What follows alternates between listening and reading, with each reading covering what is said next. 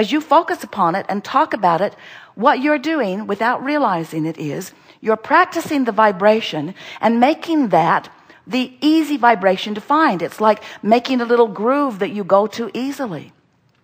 When you think a thought, that thought is a vibration. And as it vibrates, it's attracting other things like it. And if you focus there just for a little while, you'll get a pretty strong and therefore a pretty robust vibration about that going on. And the more robust that vibration is, the more it's drawing power, until soon you'll have a manifestation. You'll say, see, I knew I was onto something. I knew that bad thing was on its way to me, and there it is.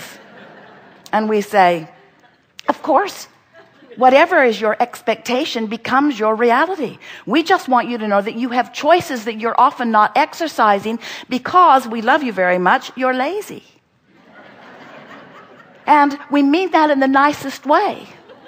But it is easier to think the thought that you've been thinking than it is to think a new thought. In other words, we get that, especially if you're not using the only criteria that will ever give you consistent and effective and accurate feedback about the benefit of the thought that you're thinking. In other words, if you're thinking a thought and everybody in the room agrees with you, then you would say, that is the accurate thought for me to think.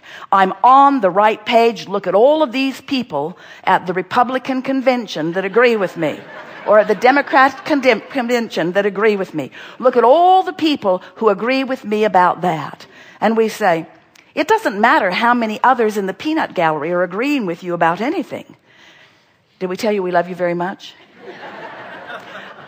What matters is your relationship with this broader part of you who is collecting the expansion, the beneficial expansion of that which you are becoming through lifetime after lifetime. You are source energy, a part of which came into this physical body. And when you're rude, you want to be nicer, and the larger part of you holds that nicer vibration. When you're sick, you want to be well, and the larger part of you holds that weller vibration.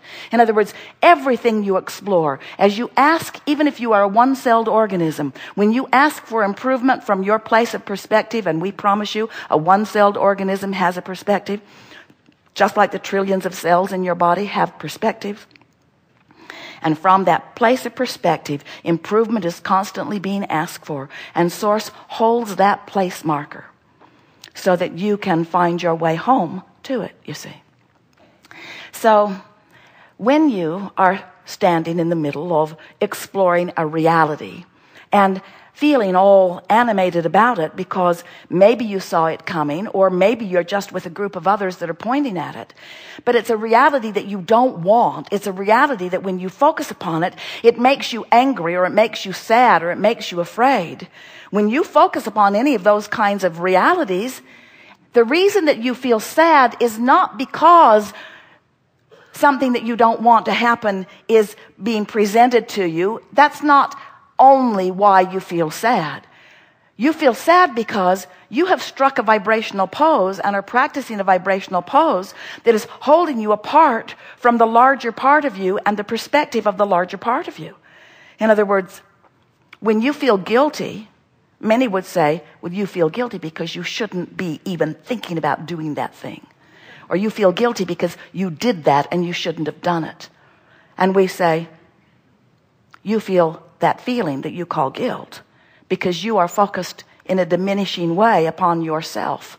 And the Source within you never does that, not one time ever, no matter what. So when you find some reason, some bogus reason, some reason that's been created by someone who's wanted to control you, or who knows what the reason, when someone says to you, your guilt is because you are inappropriate, we say that feeling of guilt is because you have separated yourself from the Source within you who only knows your appropriateness, you see.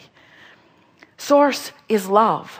And when you find anything shy of love, you feel something shy of love. In other words, when you find a reason to hate someone, even if everyone who watched them do whatever dastardly deed they do hates them as much as you do, when you hate them, the reason you feel that hate or that rage or that revenge or that powerlessness or that fear is because you're focused away from who you really are is and what who you really are knows, you see, every single time. You will never find anyone on your planet doing any harm or any dastardly deed or anything, no matter how they are justifying it to another person, who is not severely in that moment separated from the source and the love within them.